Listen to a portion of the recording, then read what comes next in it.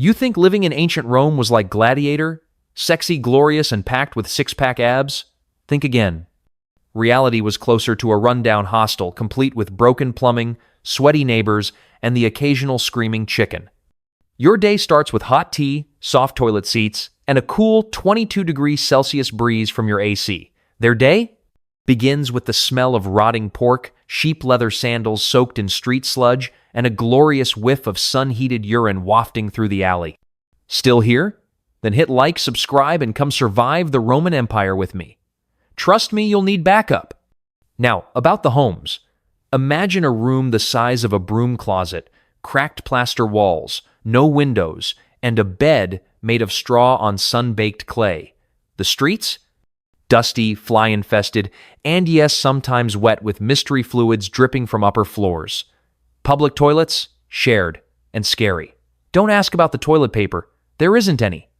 But wait, within this stinky chaos, something oddly beautiful survived. Despite the filth, the poverty, and the heat, people shared. Neighbors baked together in communal ovens, swapped veggies for bread, and fixed each other's leaking roofs. Kids played barefoot in the streets, adults argued, then helped each other repair broken carts. Community was their survival kit, not insurance, not emergency hotlines, just people. If a grandma dropped her bread, a kid picked it up. If a potter got sick, the whole street brought herbs and soup. In a brutal empire, human warmth filled the gaps. Rome's greatness wasn't just in its marble columns or imperial armies. It was in the shared moments, the quiet resilience of regular people. Dirty, exhausted, but fiercely kind. And maybe that's what we've lost today. Maybe we need a bit of that back, especially when the power goes out and you realize you're basically Roman now. Work in ancient Rome didn't start with a motivational speech or free coffee. It started with sore feet, empty stomachs, and the sound of someone yelling at livestock before the sun even rose. If you were lucky, you had a job.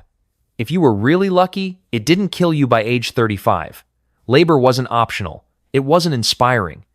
It was survival-land, you, dear Roman peasant, were the engine that kept the empire wheezing forward.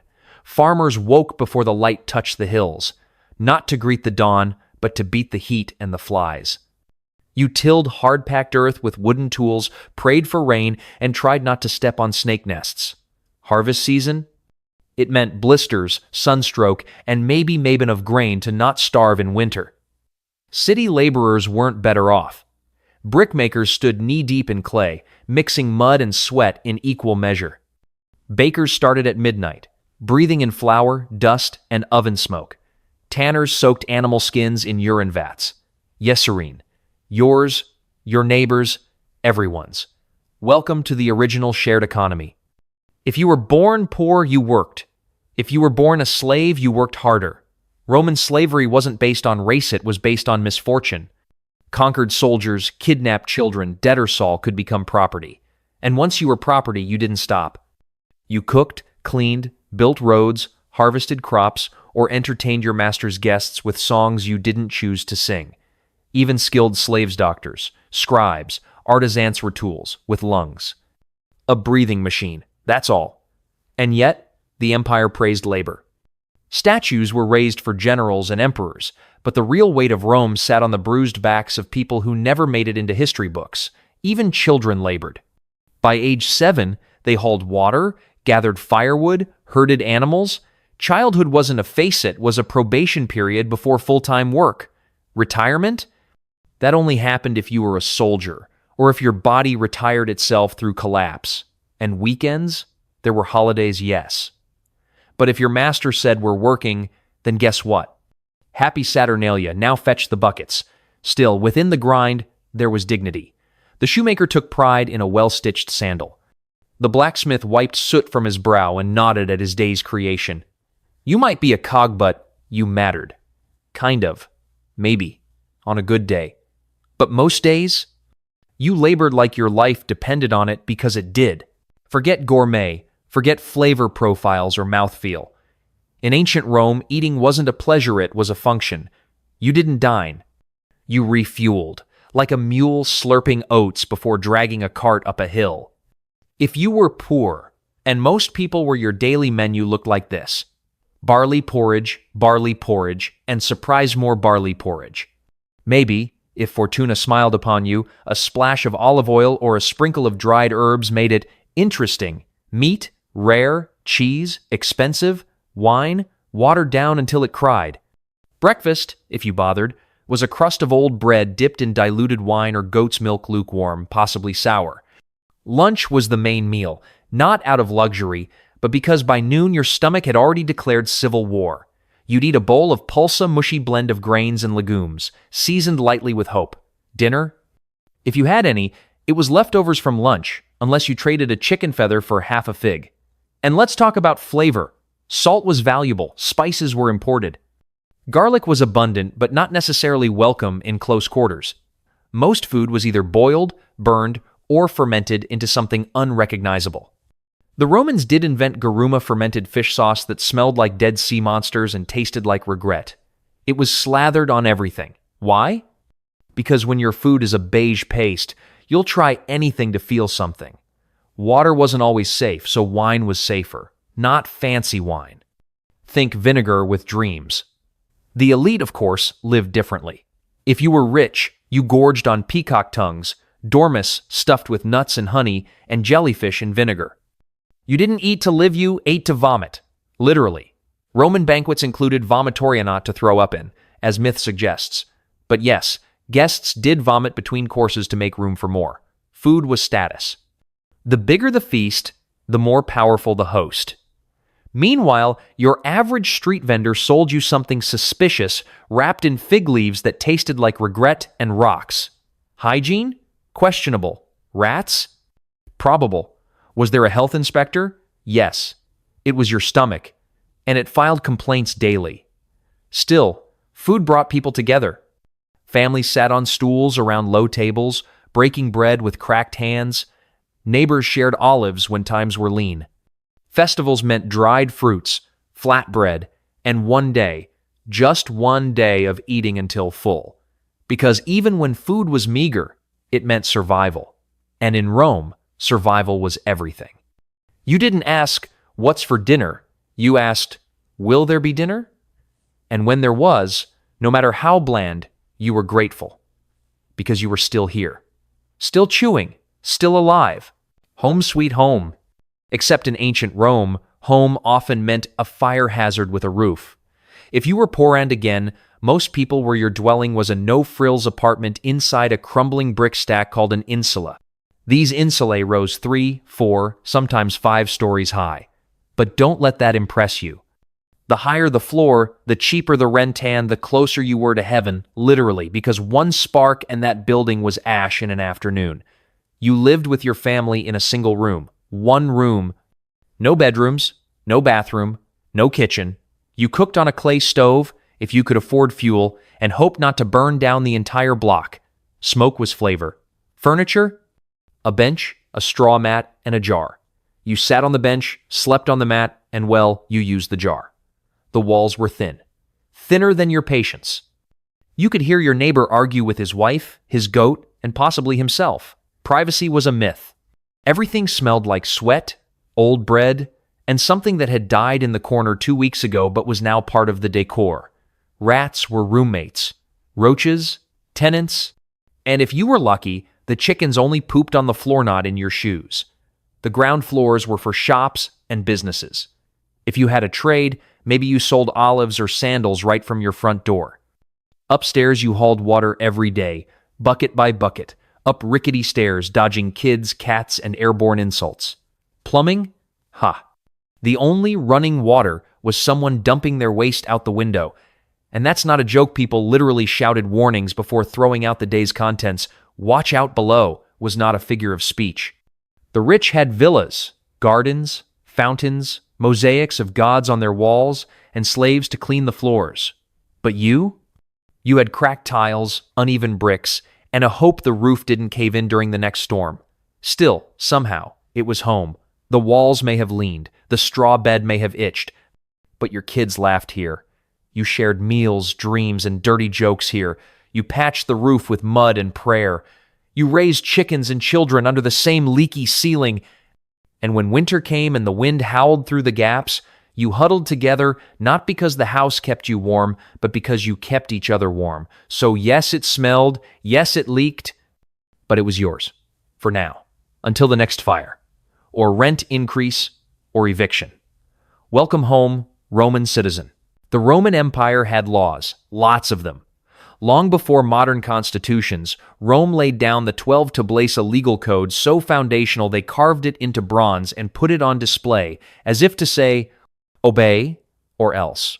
And that tone never really changed. Roman law was clear. If you owed money and couldn't pay, you could be sold into slavery.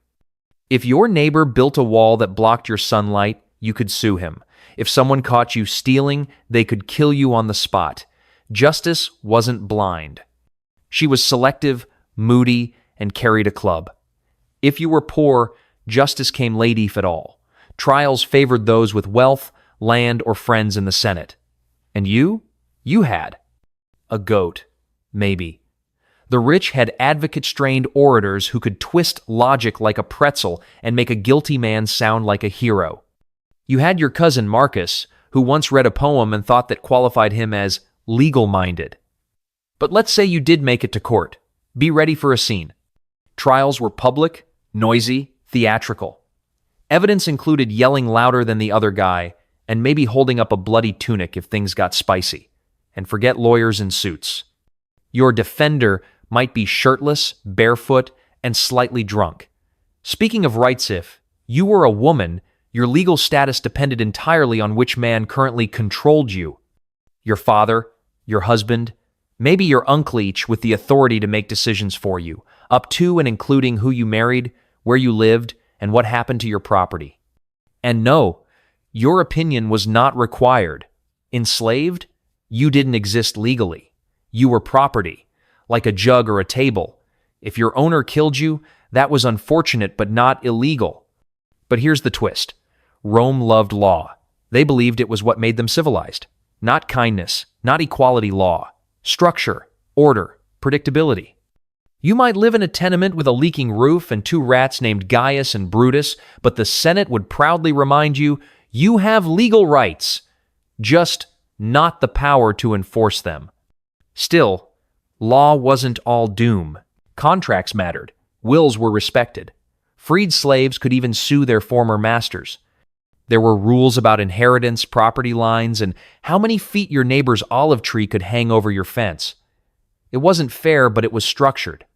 And in a world full of chaos, war, famine, disease, structure meant something, even if the law mostly said, do what you're told. Because in Rome, the rule of thumb was simple.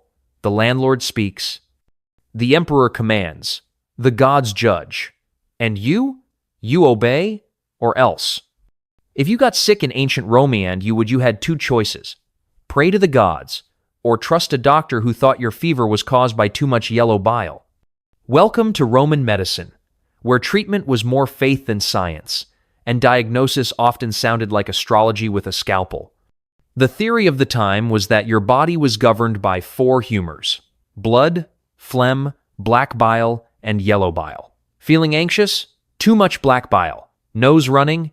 That's excessive phlegm. Depressed and coughing? Probably a combo deal. The solution? Not therapy. Bleeding.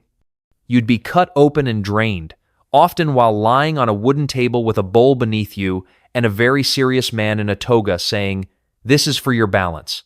That man, he might not be a trained physician. In fact, he might be a barber, or your uncle, or someone who once saw a Galen scroll and decided, yeah, I can do that. The tools? Hooks, knives, sausage usually unwashed, sometimes rusted, always terrifying. Surgery existed, yes. So did amputation. But don't expect anesthesia, just bite a stick and scream into the sky. Pain was considered part of the process. If you didn't suffer, how would you heal? And if you died well, that's just your humors giving up. Medications weren't much better. You might be prescribed a poultice made of crushed snails, vulture fat, or burned mouse bones. For a cough, drink warm honey mixed with wine and ash. For a headache, rub goose grease on your temples. And if nothing worked, there was always the ultimate cure: religion. Temples to Asclepius, the god of healing, offered hope. You could sleep overnight on a stone floor hoping for a dream vision cure. Sometimes the priest just told you to eat more figs and stop complaining. Sanitation didn't help. Rome had bathhouses, yes but shared sponges, open sewage, and flies galore. Hospitals, only for soldiers. If you were a civilian, you got sick at home and hoped your neighbor's garlic compress did the trick, and yet somehow people survived. Not always because of medicine, but despite it, because humans are stubborn. Because your body, if lucky, healed itself. And because your grandmother knew more about herbs than the guy charging 2 denarii to shove a leech on your face. So next time you reach for ibuprofen, pause a moment. Remember that in Rome, the prescription was often drain the blood, apply pigeon dung, and pray. And if it didn't work, well, at least you were balanced, sort of. No Netflix, no Wi-Fi, no dopamine scroll sessions, and yet, somehow, the people of ancient Rome still managed to have fun. Although fun is a flexible word when your top weekend activity involves watching a man get eaten by a lion. Let's start with the big one, the Colosseum. 50,000 Romans packed into a stone stadium, screaming, sweating, and betting on whether a gladiator would leave with both kidneys. Gladiators weren't just fighters, they were celebrities.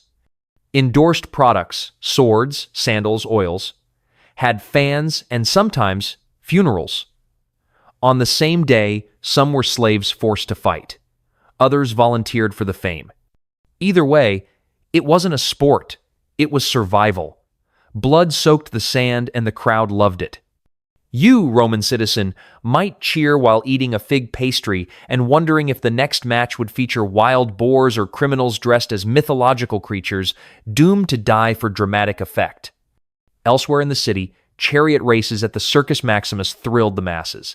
Teams red, blue, green, white had fan bases more violent than modern football ultras. Drivers were the rock stars of their day, often slaves who earned freedom by not crashing into a flaming post at 60 miles per hour. And then there were the public baths. More than hygiene centers, they were social networks before social media. You'd bathe, gossip, argue politics, maybe share a snack or a secret. Bathhouses had hot rooms, cold rooms, massage oils, and occasionally people having less than wholesome fun behind steam curtains. Entertainment was immersive. Theatrical plays were common, with actors in masks performing tragedies, comedies, and satire, so sharp it occasionally got them exiled. The poor watched from the back.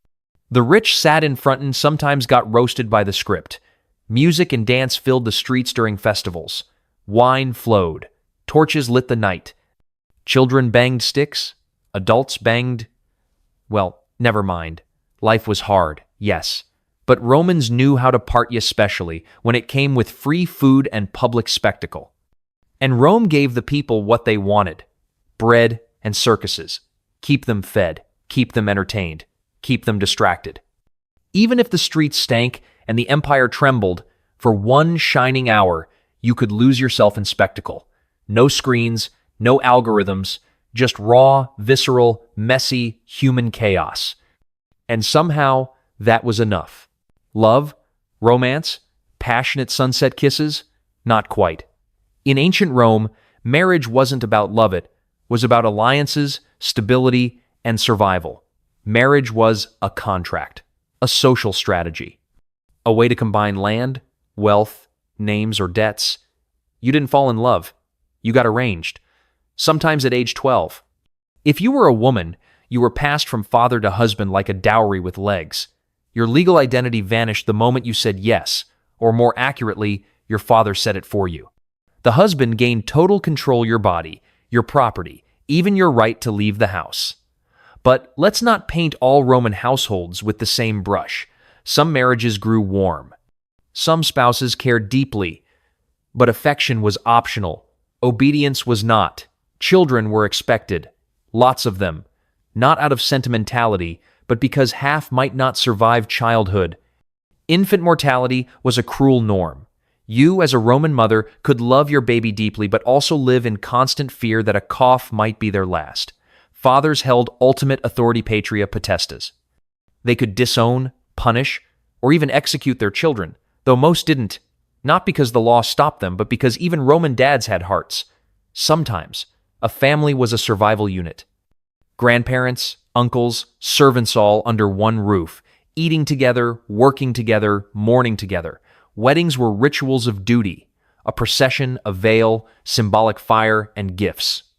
Then came the daily grind: cooking, sewing, working fields, raising kids, surviving disease, patching roofs, enduring in-laws. It wasn't a fairy tale. It was a partnership forged under pressure. Divorce? Possible. And surprisingly common. If a marriage didn't work, the man or sometimes the woman could walk away. No lawyers, no tears, just, you take the donkey, I take the spinning wheel. Wealthy families played the game of matchmaking like chess. Marry that senator's daughter to secure political favor. Wednesday, your son to a landowner's niece. Love had little say. But among the poor, there was often something purer not. Less hardship, but more humanity. Two people sharing a clay bowl of lentils, laughing between chores, sleeping on the same straw mat, whispering jokes after the kids passed out. Intimacy, not as luxury but as survival. Because in a world of fires, fevers, and floods, connection was everything. You could lose your house, you could lose your harvest, but if you had someone to hold your hand through it, you weren't alone. And that made all the difference. The Romans believed in gods. Not one, not two, all of them. And probably yours too, just in case. Religion in ancient Rome wasn't about peace of mind. It was about keeping the cosmic bureaucracy happy, so your crops didn't fail, your house didn't burn down, and your children didn't get cursed by a minor deity with a grudge. There was a god for everything. Jupiter for thunder, Mars for war, Vesta for the hearth, Janus for doors, Cloacina for sewers.